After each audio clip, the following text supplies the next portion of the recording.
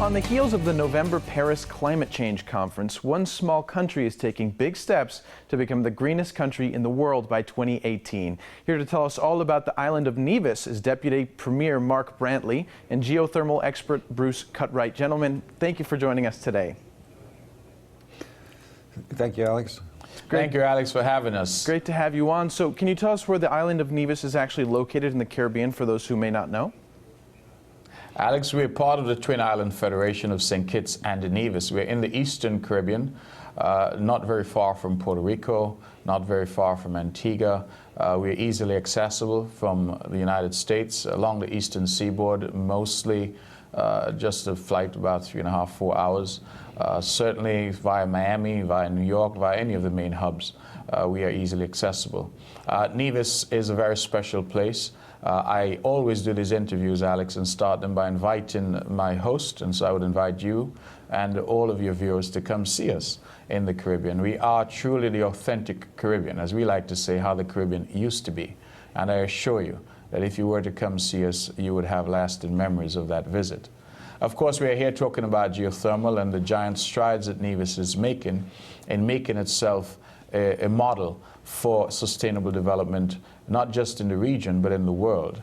We have partnered with an American company, and of course Bruce is here as its representative, to commit to our people and to the world that by 2018, 100% of our energy, 100% of our electricity will be generated from renewables. Indeed, the science suggests that we have so much geothermal energy available that we will be able not only to provide for all of our needs, but to export energy to the neighboring islands. If we can accomplish that, that really truly becomes transformative for our economy, transformative for our environment, and it means that Nevis, as a small island and a part of a very tiny country, is making its commitment and keeping its commitment to the climate change deal that was done in Paris just last year. Well, and if Nevis is as beautiful as, if anything is beautiful as that picture that's behind you guys, I can see why it's so popular. Now, Bruce, we're mentioning geothermal energy a lot, but some people may not know exactly what that means. Could you sort of break it down and give us a simple version of what that is? Certainly. Geothermal energy really is energy derived from the normal heat flow from inside the Earth.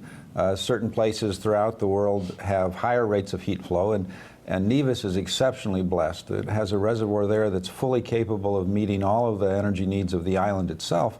And as Minister Brantley has said, the neighboring Caribbean islands as well. So it's completely renewable, it has no carbon emissions, it has a very small footprint, and it's available 24 hours a day, 7 days a week, 365 days a year. So it is not intermittent as solar and wind are. Well, and there must be some pretty intricate technology that goes into harnessing this energy. Can you talk a little bit about what that takes to sort of take the energy and convert it into something that we can all use? Certainly, it's actually not real complicated. It's simple well drilling technology to drill into the hot reservoir and extract the heat.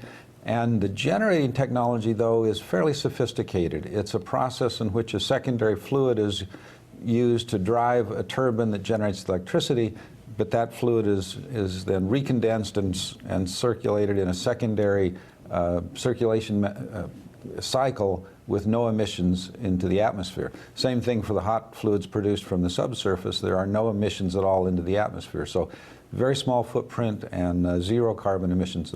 Wow. And really quick before we go, Minister, can you tell us what this is going to do for tourism in Nevis?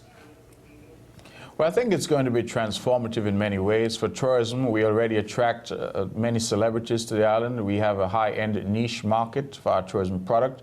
And so this will demonstrate yet again that Nevis is developing its tourism product in a way that is sustainable.